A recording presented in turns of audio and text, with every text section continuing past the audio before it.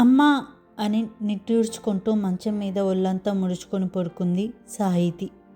రాత్రి 11 గంటలు దాటింది. బయట జూన్ నెల వర్షం చినుకులు కిటికీ అద్దాలపై మెల్లగా పడుతున్నాయి. గదిలో నైట్ ల్యాంప్ వెలుగు మాత్రమే. కానీ సాహితీ మనసులో మాత్రం చీకటే. పీరియడ్స్ నొప్పి ఈసారి అసాధారణంగా ఉంది. పట్టలో ఎవరో పొదురైన కత్తితో మెల్లిగా గుచ్చుకున్నట్లుగా అనిపిస్తుంది. ఎన్నిసార్లు తిరిగినా నొప్పి తగ్గటం లేదు. కన్నీళ్లు కళ్ళను అంచుల వరకు వచ్చి ఆగుతున్నాయి. లేదు, ఆదిత్యకు చెప్పకూడదు అని తనలో తాను అనుకుంది. వెల్కమ్ టు కలల ప్రపంచం. మీకు కథ నచ్చితే please like, share and subscribe to my channel. ఇక కథ సాగిద్దాం. ఎందుకంటే ఆమె భర్త డాక్టర్ ఆదిత్య వర్మ నగరంలోని ప్రముఖ యూనివర్సిటీలో ప్రొఫెసర్. మరుసటి రోజు అతనికి అత్యంత ముఖ్యమైన అకాడమిక్ కాన్ఫరెన్స్ ఉంది. వందలాది ముందు తను ప్రజెంట్ చేయాలి. అందుకే స్టడీ రూమ్లో కూర్చొని ల్యాప్టాప్ ముందు పనిచేస్తున్నాడు. ఇప్పుడు నేను పిలిస్తే అతని పని డిస్టర్బ్ అవుతుంది అని సాహితి తన బాధను తనలోనే దాచుకోవటానికి ప్రయత్నించింది. కానీ ఆ నొప్పి మాత్రం దయచూపలేదు. కొన్ని క్షణాల తర్వాత ఆమె నోటి నుంచి చిన్నగా ఏర్పు బయటికి వచ్చింది. అది చాలా చిన్న శబ్దమే. కానీ ప్రేమించే మనిషికి ఆ చిన్న శబ్దమే గుండె కదిలిస్తుంది. స్టడీ రూమ్లో స్లైడ్స్ చేస్తున్న ఆదిత్య ఒక్కసారిగా తలెత్తాడు. సాహితి? అతని గుండె ఏదో కంగారు వేసింది. వెంటనే కుర్చీ వెనక్కి నెట్టేసి లేచాడు. కొన్ని అడుగులు బెడ్రూమ్లోకి చేరుకున్నాడు. మంచంపై ముడుచుకొని పడుకున్న సాహితిని చూసి అతని ముఖం మారిపోయింది. సాహితి, ఏమైంది అంటూ పరిగెత్తుతూ మంచం వైపు వెళ్ళారు. మెల్లిగా తన పక్కనే కూర్చున్నాడు. తను బలవంతంగా నవ్వటానికి ప్రయత్నించింది. ఏమీ కాదు. నన్ను చూసి చెప్పు, తనను పట్టుకొని అడిగాడు. ఆ స్పర్శలో ఆజ్ఞ లేదు, ఆందోళన మాత్రమే ఉంది. నాకు పీరియడ్స్ వచ్చింది అని మెల్లిగా చెప్పింది. అంతే. ఆదిత్య వెంటనే పరిస్థితిని అర్థం చేసుకున్నాడు. మరి నాకెందుకు చెప్పలేదు? నువ్వు బిజీగా ఉన్నావు. ఆ మాట విని అతను కాసేపు మౌనంగా ఉన్నాడు. తర్వాత చిన్నగా నవ్వాడు. నీకన్నా నాకు ఏది ముఖ్యం కాదు అంటూ తన పొత్తం మీద చేయి పెట్టారు. నా బేబీ ఇలా బాధపడుతుంటే నేను ఎలా నా పని మీద కాన్సన్ట్రేట్ చేస్తాను? ఆ మాట విని సాహితీ కళ్ళల్లో మళ్ళీ నీళ్లు చేరాయి. లవ్ యూ హుబ్బీ అంటూ తన నడుం చుట్టూ చేయి వేసి తన ఒళ్ళో పొనుకుంది. ఆదిత్య మెల్లగా తన జుట్టుని నిమిరారు. బేబీ, నువ్వు పొనుకో, నేను ఇప్పుడే వస్తా అని అతను మెల్లిగా దుండుపైన తలవాల్చి ఆదిత్య బయటికి వచ్చారు. తన అడుగులు కిచెన్ వైపు వెళ్ళాయి. కొద్ది నిమిషాల్లో వేడి నీళ్ళు, కొన్ని చాక్లెట్స్, కొన్ని నట్స్, హాట్ వాటర్ బ్యాగ్ అన్నీ తీసుకొని రూమ్లోకి వచ్చాడు. బేబీలే అంటూ వచ్చి తన పక్కనే కూర్చొని మెల్లిగా హాట్ వాటర్ బ్యాగ్ తీసి తన పొట్ట మీద పెట్టారు. ఇంకో చేతితో చాక్లెట్ ఇచ్చాడు. సాహితి అతన్ని చూస్తూనే ఉంది. అతని కళ్ళల్లో నిద్ర లేదు, అలసట లేదు. తన పని డిస్టర్బ్ చేసిందని కోపం లేదు. ప్రశాంతంగా ఉంది, అచ్చం ఆ చందమామలాగా. అతని కళ్ళల్లో ప్రేమ మాత్రమే ఉంది. మెల్లిగా సాహితి మాట్లాడుతూ, హుబ్బీ, నువ్వు అచ్చం చందమామలా ఉన్నావు అని నవ్వుతూ అంది మెల్లగా. ఆదిత్య తన కనురెప్పలు పైకెత్తి మెల్లిగా నవ్వారు. బేబీ, అసలే నీకు బాగోలేదు.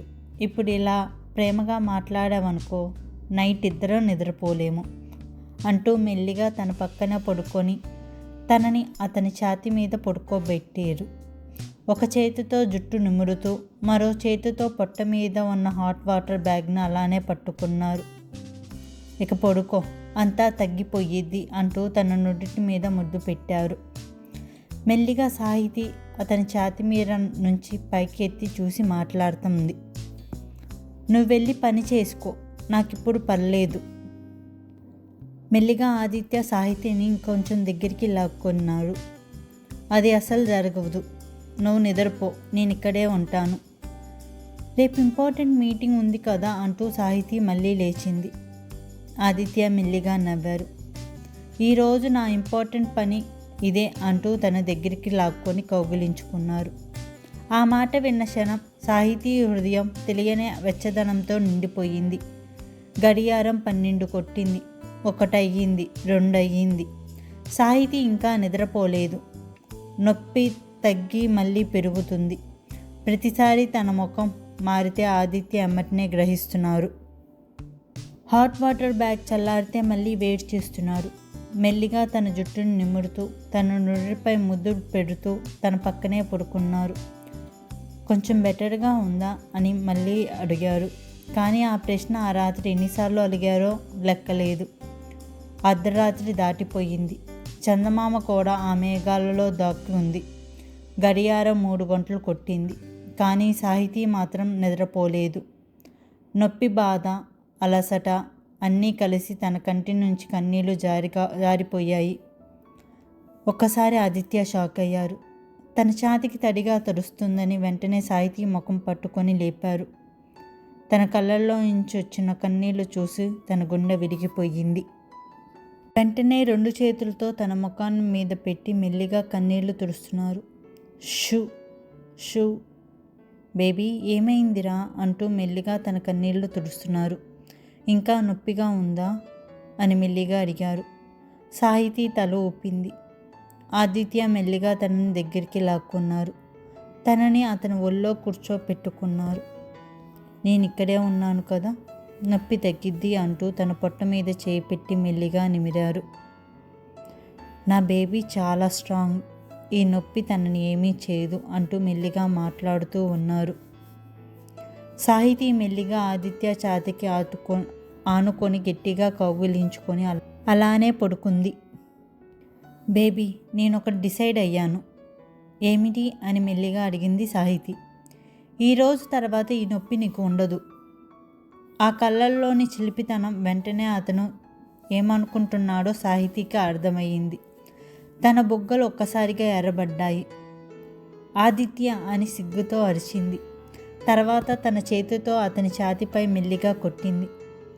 నీకు అసలు టైం అండ్ ప్లాన్ అనే సెన్స్ ఏమీ లేదా అని ముఖం దాచుకుంది. ఆదిత్య పెద్దగా నవ్వాడు. ఏం చేశాను, నేనేం చెప్పలేదు కదా అన్నాడు అమాయకంగా. చెప్పకపోయినా నీ ముఖం చూస్తే అర్థమవుతుంది అని సాహితీ మళ్ళీ అతని భుజంపై కొట్టింది. ఆదిత్య ఆమె చేతిని పట్టుకొని తన పెదవులకి దగ్గరికి తీసుకున్నాడు. అమ్మయ్య అన్నాడు.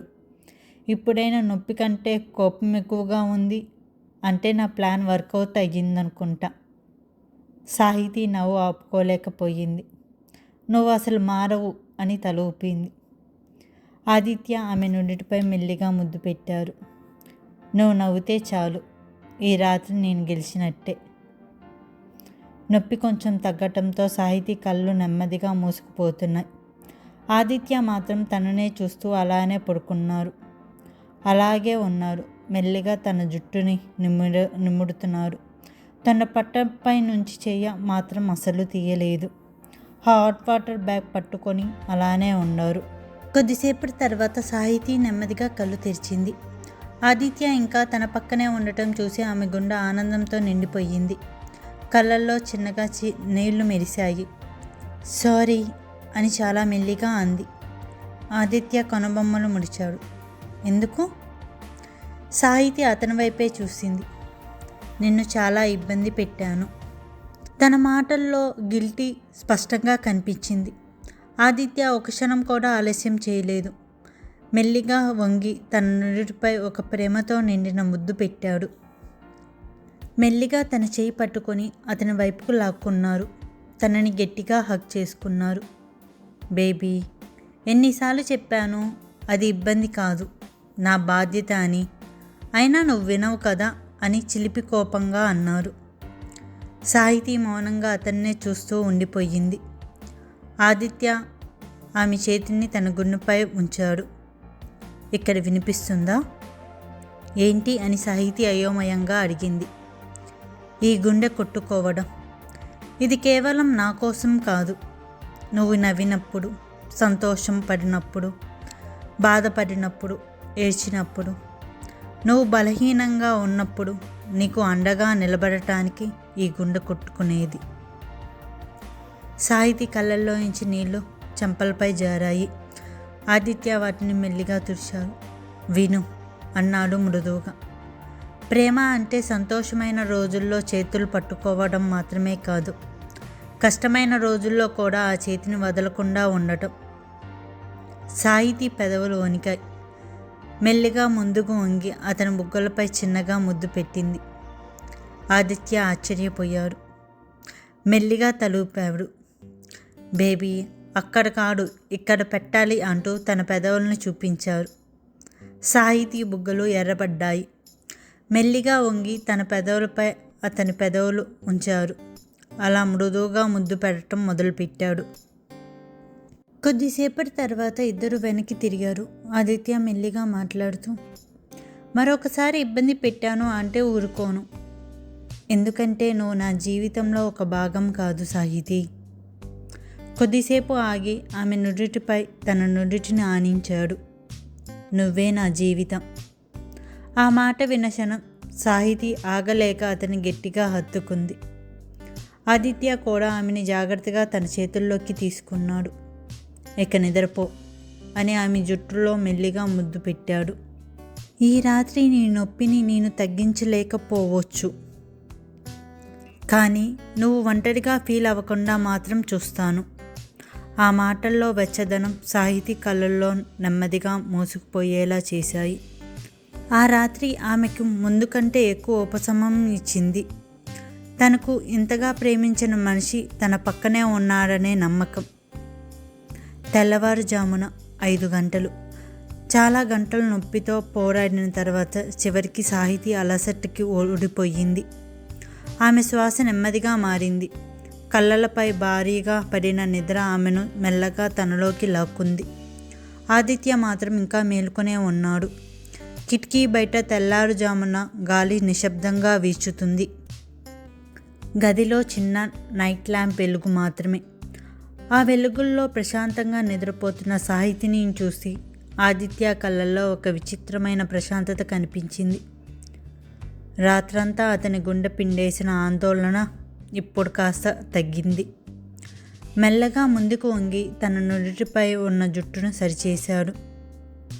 ఇప్పుడైనా కొంచెం రిలాక్స్ అయింది అని తనలో తాను మెల్లిగా అనుకున్నాడు. ఆ తర్వాత కూడా అక్కడి నుంచి కదలలేదు. తాను మళ్ళీ నొప్పితో మేలుకుంటే, తనకి ఏదైనా కావాలంటే ఆ ఒక్క ఆలోచనతో తన పక్కనే పడుకున్నారు. తన పొట్ట మీద నుంచి చెయ్యి మాత్రం పక్కకి జరపలేదు. ఇంకా హాట్ వాటర్ బ్యాగ్ పట్టుకునే ఉన్నారు. అలసట నెమ్మదిగా అతని కళ్ళల్లోకి చేరుకుంది. కొన్ని నిమిషాల తర్వాత ఆదిత్య కూడా నిధుల్లోకి జారిపోయాడు. ఉదయం 8 గంటలు. కిటికీ తెరల మధ్యగా సూర్యకిరణాలు గదిలోకి జారుకున్నాయి. సాహితీ నెమ్మదిగా కళ్ళు తెరిచింది. మొదటిసారి రాత్రంతా తనను బాధ పెట్టిన నొప్పి చాలా వరకు తగ్గిపోయింది. మెల్లగా ఊపిరి పీల్చుకుంది. తర్వాత పక్కకు తిరిగి చూసింది. ఆ దృశ్యం చూసిన క్షణం ఆమె గుండె ఒక్కసారిగా ఆనందంతో కొట్టుకుంది. ఆదిత్య తనని ఇంకా హత్తుకునే పనుకున్నారు. తన పొట్ట మీద నుంచి తన చెయ్యి ఒక్కసారి కూడా జరపలేదు. హాట్ వాటర్ బ్యాగ్ ఇంకా అలానే ఉంది. అతని ముఖంలో స్పష్టమైన అలసట కనిపిస్తుంది. ల్యాప్టాప్ టేబుల్ మీద మూసి ఉంది. కాన్ఫరెన్స్ ప్రాజెక్ట్ అలాగే స్క్రీన్పై మీదే ఉంది. అన్నీ చూస్తుంటే రాత్రంతా అతను ఒక నిమిషం కూడా తన గురించి ఆలోచించలేదని అర్థమవుతుంది. తన కోసం మాత్రమే ఆలోచించారు. ఆ ఆలోచనతో సాహితీ కళ్ళల్లో నీళ్లు తిరిగాయి. ఎందుకో ఆ క్షణంలో తనను ప్రపంచంలో అత్యంత అదృష్టవంతురాలిగా అనిపించింది. మెల్లిగా చేయి చాచి అతని జుట్టుని సున్నితంగా తాకింది. ఆ స్పర్శ తగిలిన వెంటనే ఆదిత్య కళ్ళు తెరిచాడు. ఇంకా పూర్తిగా మేలుకొనక ముందే అతని పెదవుల నుంచి వచ్చిన మొదటి ప్రశ్న, రాత్రంతా నిద్రపోలేదని విషయం గురించి కాదు, ఈరోజు జరగాల్సిన కాన్ఫరెన్స్ గురించి కూడా కాదు. అతని ప్రపంచం మొత్తం ఆ క్షణంలో ఒక ప్రశ్నలోనే కనిపించింది. నువ్వు బాగున్నావా? సాహితీ గొంతు బిగుసుకుపోయింది. ఏమీ మాట్లాడలేకపోయింది. కేవలం తలూపింది. ఆదిత్య ముఖంలో వెంటనే ఉపశమనం కనిపించింది. అతను మెల్లిగా ఆమె బుగ్గపై చేయి ఉంచాడు. ఆ స్పర్శలో ప్రేమ, భరోసా, సొంతదనం ఉంది. హమ్మయ్య అని చిన్నగా నవ్వాడు. ఇప్పుడు కాస్త రంగు తిరిగొచ్చింది ముఖంలో. సాహితి అతన్నే చూస్తూ అలానే ఉంది. ఆదిత్య ఆమెను మెల్లిగా జుట్టు నిమురుతూ, ఏమైంది బేబీ, అలా చూస్తున్నావు అని అడిగాడు. సాహితి మెల్లిగా మాట్లాడుతూ, నేను ఎంత అదృష్టవంతురాల్ని అని నేను నమ్మలేకపోతున్నాను. ఆదిత్య మెల్లిగా నవ్వారు. నా బేబీ అదృష్టవంతురాలు కాకపోతే ఇంకెవరవుతారు అంటూ మెల్లిగా తన బుగ్గలపై ముద్దు పెట్టాడు. లవ్ యూ హుబ్బీ అంటూ సాహితి అతన్ని కౌగిలించుకుంది. ఆదిత్య మెల్లిగా తన జుట్టుని నిమురుతూ, నేను ఈరోజు కాన్ఫరెన్స్ కాన్సిల్ చేశాను. ఒక క్షణంగా సాహితి లేచింది. ఆదిత్య కూడా తనతో పాటు లేచారు. ఏంటి అని ఆశ్చర్యంగా అడిగింది. నేను కాన్ఫరెన్స్ కాన్సిల్ చేశాను. ఎందుకు? సాహితి కళ్ళల్లో నిజమైన ఆశ్చర్యం కనిపించింది. ఆదిత్య భుజాలు ఎగరేశాడు. ఎందుకంటే నా భార్య ఇంకా పూర్తిగా కోలుకోలేదు కాబట్టి అన్నాడు మెల్లిగా. తనని మళ్ళీ దగ్గరికి లాక్కొని మంచం మీద వాలారు. ఆదిత్య, అది చాలా ముఖ్యమైన కాన్ఫరెన్స్ కదా అని అరిచింది. బేబీ, కాన్ఫరెన్స్ మళ్ళీ వస్తుంది. ప్రెజెంటేషన్ మళ్ళీ ఇవ్వగలను. నీ పక్కన నేను తప్ప ఇంకెవరు ఉండాలి? నిన్ను జాగ్రత్తగా చూసుకోవాల్సిన బాధ్యత నాదే కదా అంటూ మెల్లిగా చెప్పి తన నుదుటిపై ముద్దు పెట్టాడు. సాహితి కళ్ళల్లోంచి నీళ్లు జారిపోయాయి. ఆదిత్య వెంటనే వాటిని తుడిచాడు. ఏయ్ అని చిన్నగా మందలించాడు. ఇప్పుడు ఇలా ఏడవటం బ్యాన్. డాక్టర్ ఆదిత్య వర్మ అధికార ఆర్డర్. సాహితి నవ్వుతూ ఏడ్చింది. ఆదిత్య వెంటనే ఆమెను తన చేతుల్లోకి లాక్కున్నాడు. గట్టిగా హత్తుకున్నాడు. నిజంగానే బేబీ అని ఆమె తలపై ముద్దు పెట్టాడు. ఈరోజు మొత్తం నేను నీ దగ్గరే ఉంటాను. బ్రేక్ఫాస్ట్ నేనే చేస్తాను. మూవీ కూడా కలిసి చూద్దాము. మరి నీ పని అని సాహితి అడిగింది. ఆదిత్య మెల్లిగా తన నుదుటిపై అతని నుదుటిని ఆనించాడు. నువ్వే నా పని. ఆ క్షణంలో సాహితీ గుండెల్లో ప్రేమతో నిండిపోయింది. ఎందుకంటే ఆమెకు చివరికి అర్థమైంది, ప్రేమ అనేది ఐ లవ్ యూ అనే 100 సార్లు చెప్పడం కాదు. ప్రేమ అనేది ప్రపంచం మొత్తం నిన్ను అర్థం చేసుకోపోయినా నేను ఉన్నాను అని చెప్పే ఒక మనిషి నీ పక్కన ఉండటం, అదే ప్రేమ. అదే జీవిత భాగస్వామ్యం. అదే నిజమైన అదృష్టం. మీకు మా స్టోరీ నచ్చితే please like, share and subscribe to my channel. Thank you.